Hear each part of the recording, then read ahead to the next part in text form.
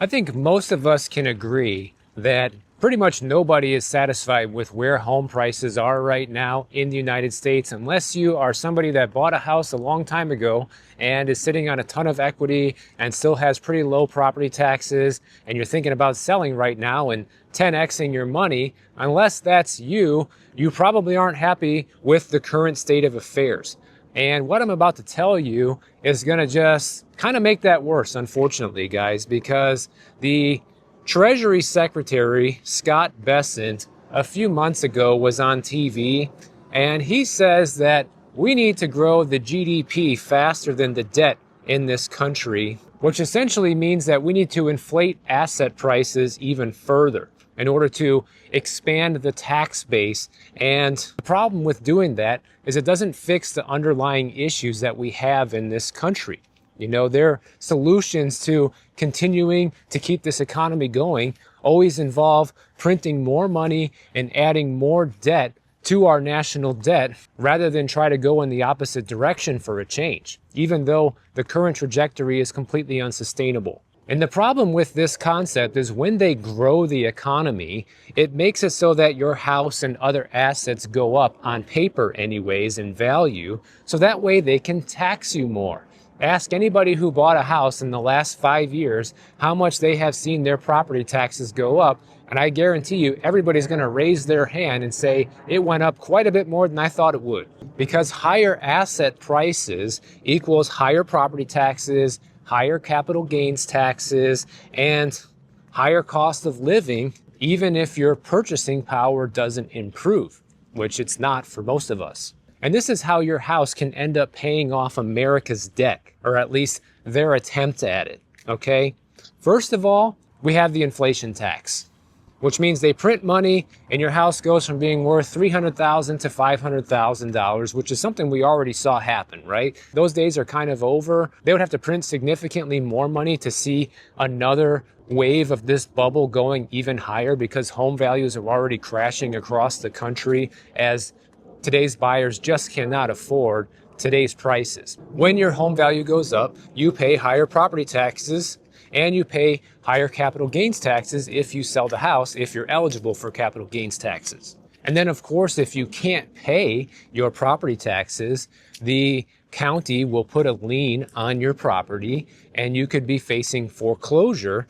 And that's something we're going to talk about later in this video, because foreclosures have been spiking recently. And then, of course, every time somebody sells their property, whether it's against their will or not, you might potentially have those capital gains taxes. There are transfer taxes, recording fees, document stamp fees, all the crap that goes along with closing on a property. And then the new person buys it and it resets at an even higher tax base, assuming the property sold more than it sold for the previous time. And so who wins in this scenario?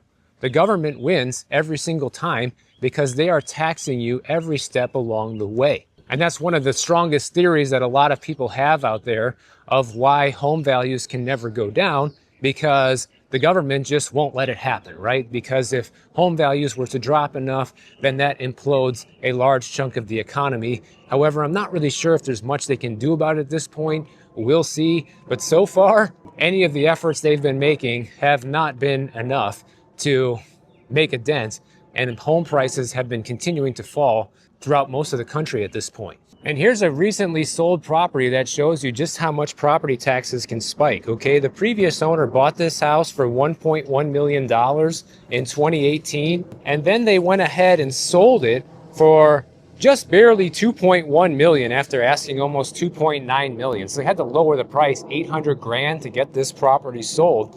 But now the new tax base for this person who just bought this house is $2.1 million, whereas the previous one was $1.1 million.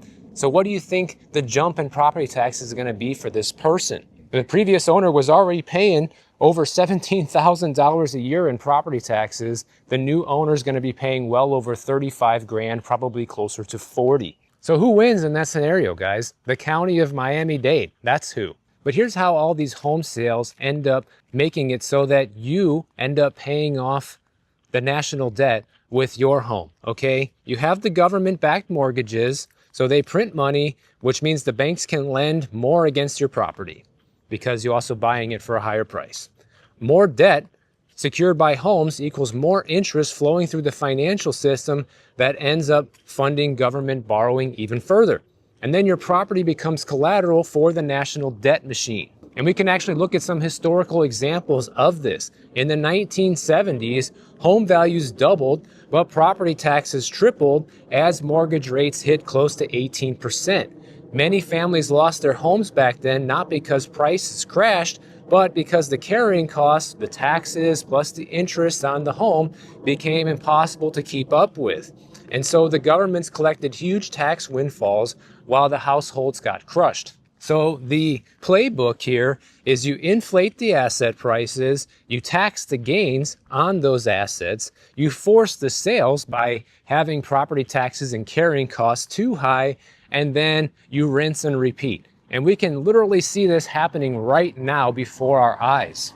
So what can you do about this as a homeowner or a would-be homeowner in the future? Well, the first thing that you can do, which I always tell people to do, is to challenge your property tax assessment. It's not a guarantee you're going to win, but it's worth a try.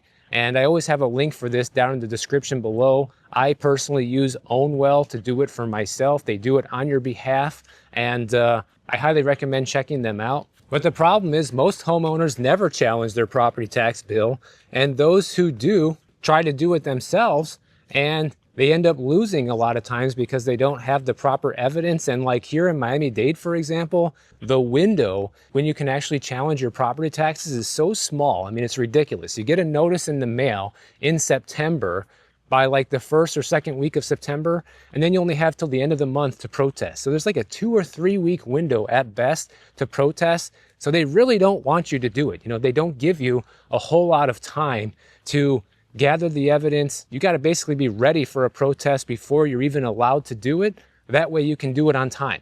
And then of course, if you are an owner occupant in your property, you should always have a homestead exemption, max out any homestead exemptions you might be eligible for. Like here in Florida, you have it just for living in the house, but also you might have it if you are a veteran. You can have it if you're over the age of 65, you're a senior citizen. There's different homestead exemptions you might qualify for. But we can also see how this system is in full effect right now by looking at how much the foreclosure filings have been jumping recently. Everything I just outlined in this playbook of, increasing property values to the point where people can't afford the carrying costs and then they lose the house, it's happening right now. Foreclosure filings jumped 20% year over year as of the October data, and roughly 37,000 U.S. properties had a foreclosure filing in October, and this includes default notices, scheduled auctions, and bank repossessions. And even though these levels remain below historic peaks, we have seen 8 straight months in a row of increases in foreclosure filings, which point to more homeowners struggling to keep up with the mortgage payments. These are forced sales. These are people who are losing their homes, not because they don't want to live there, but because they cannot afford it anymore. And of course, right here in Florida, where I'm walking right now, is ground zero for this foreclosure crisis, where 1 in every 1,829 homes has a foreclosure filing, the highest in the nation. And cities like Tampa, Jacksonville, and Orlando rank among the highest metros for foreclosures. And the rising insurance premiums, the rising property taxes, and the falling home values are all major contributors. And of course, the horrible job market where people cannot keep up with the cost of living. And if you lose a job, it's kind of the kiss of death right now. Nationwide, homeowners insurance premiums are up nearly 50% in the last 5 years. And when you have higher property taxes and a higher cost of living, combined with the labor market weakness we're seeing right now, it's a recipe for disaster, guys. We are living through the perfect economic storm right now, and unfortunately, it feels like it's just getting started. And a lot of people who are losing houses right now, let's face it, they bought at the worst possible time. I was advising against so many people to buy over the past few years, unless you knew for a fact you're going to be hanging on to the property for a long time, unless you knew for a fact that you would be able to make those payments with ease especially if you're buying on dual income and only have one because one person lost a job. Like, if you didn't follow that protocol, you're probably in this category right now of a struggling borrower. You know, so many people bought their homes at the peak of the housing market in 2022 when home values were at their highest and FOMO was at its highest. Everybody thought, oh, inflation is too high, they printed too much money, there's no way this is ever going to reverse, home prices are going to go up forever, and if you don't buy now, you're going to be priced out of the market forever. And completely the opposite has been true. Home values are now falling in more than half of the metros across the country, and even in areas where it's still climbing, it's not climbing by too much anymore, and the days of FOMO are over. A lot of these people bought into the lie that they would buy now and refinance later, but the rates haven't really fallen enough to make that a possibility. And even if they have, for some people, a lot of people are now underwater on their mortgage and can't refinance anyways, which is something else we'll cover in a little bit here. You know, when the 30-year mortgage went down from like 6.8% to 6.2% on a $400,000 loan, it only saves you like $100 a month, guys. That's not enough to make refinancing worth it. And no surprise, the FHA borrowers are the ones that are seeing the largest spike in foreclosures right now. In fact, FHA loans made up 44% of all foreclosure starts as of the third quarter of this year. And that's because they put down only 3.5% down. Some of them even qualify for programs where it's 0% down because their income is significantly below the median income in their area. And everybody thinks that's great. Oh, let's give people a chance to get into a home. Well, look at that. Look how many of them are losing it now. And a lot of buyers are just biting off more than they can chew. That's the reality. You know, you have households that earn like $100K a year, and they are stretching to buy $600,000-$700,000 homes, you know, which leaves no room for any financial emergencies, no room for vacation, no room for lifestyle changes or hidden expenses, nothing like that. And then one little thing happens and boom, you can't make the house payment. And so far, a lot of the distressed sales have been picked up by home flippers and real estate investors. A lot of times, these homeowners are approached once there's a list pending on their property before it even comes to market to try and buy it out from under them before it ever hits the market. And a lot of savvy investors do this because they know that's how you can get the best deal on a property, especially when somebody is desperate for money. And of course, all of the recent job losses that we're seeing are going to exacerbate this issue, because if you lose your job, you're really in a position where you can't make payments unless you have been very smart with your money, save the emergency fund like I talk about here on this channel, and don't have a whole lot of other monthly payment or debt obligations, so that way you can stretch that money as far as possible. And for anybody curious, I am walking down 104th Avenue here in Miami Shores today. And listen, guys, homeowners are getting hit from all different angles. In fact, the most recent data from Zillow shows us that the hidden costs of owning a home, which include your taxes, your insurance, and your ongoing maintenance, now total a whopping $16,000 a year beyond your mortgage payment. Zillow is reporting that those figures have risen faster than incomes, which are hitting first-time home buyers the hardest. And that's why you're seeing so many people stay away from housing. Like, first of all, they just can't afford it at today's prices and rates. Most people don't qualify. And then if you do qualify, once you look at all of the expenses with owning a home, and you look at what you're paying right now in rent, or your current home that you bought 10 years ago, it's kind of a no-brainer to continue renting or staying in your old house.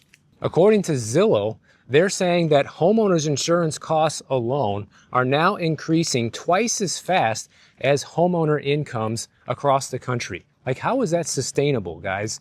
You can't have all these expenses, not just one of them, by the way, homeowners insurance, increasing at exponential rates when incomes aren't keeping up, because that only leaves people so much time before they're completely out of cash. And if you're in a coastal, expensive market, like here in Miami, for example, or where I was in California, in Tiburon, anywhere in that area, these hidden costs that you have per month can go up beyond $20,000 a year. And even though home prices have been falling recently, affordability is actually still getting worse, because if you just look at the affordability index and how it's slightly improving right now, that's just based on people's monthly payments. It doesn't factor in all these other hidden costs.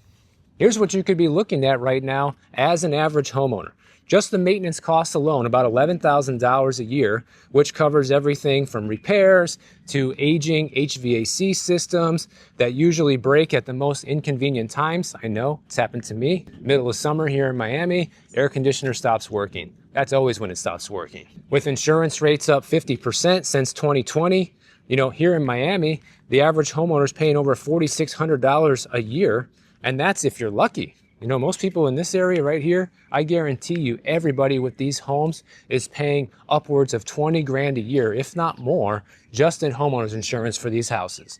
I know because I had one of them quoted a year ago. Nationwide, property taxes are over $3,000 a year now. And of course, that's nothing if you're in Florida or any other expensive market where properties regularly sell over $1 million. And talk about a perfect storm. Right now, there are about 900,000 homeowners nationwide that are now underwater on their mortgage. And what that means is they owe more on the house than it's actually worth. And according to this data from ICE, the Intercontinental Exchange, about 1.6% of all mortgage holders in the US are now underwater. And while that might not sound like a lot, it's the sharpest increase since before the pandemic. And nearly 90% of these underwater homes are people who bought their houses in the last 3.5 years, guys. What have I been talking about here on this channel for the past 3.5 years? Don't buy a house. I don't tell people what to do, but in general, that's been my advice, and for good reason. Because as somebody that's been in this industry since 2008, since the fallout happened last time, it was very easy to see the writing on the wall on how we were repeating a lot of the same scenarios and mistakes of yesteryear. But so many people didn't listen. So many people said, oh, if you listen to this guy, Michael, you would have lost out on all these gains and now you're priced out of the market and blah, blah, blah. Yeah, well, maybe you would have been able to buy a house. It might have been more affordable 3 years ago. But now if you're one of those people who's underwater, can't not keep up with the rising expenses of the home, who was right, guys? Yeah. You bought the house, but you can't afford it anymore. What kind of success story is that? You're seeing lots of places across the country that are seeing double-digit year-over-year declines in home prices here in Florida and Texas and the Carolinas, even in Arizona and Utah, even parts of California, guys. San Francisco, California, home values today are cheaper than they were before the pandemic. And when you factor in inflation, that's a 30 to 40% crash in home prices. San Francisco hasn't been this affordable in decades when you look at it through that lens. Almost half of the country are seeing year-over-year price declines, and it's showing no signs of slowing down. This is only continuing to get worse. Like, for example, in Austin, Texas, that's probably the worst one.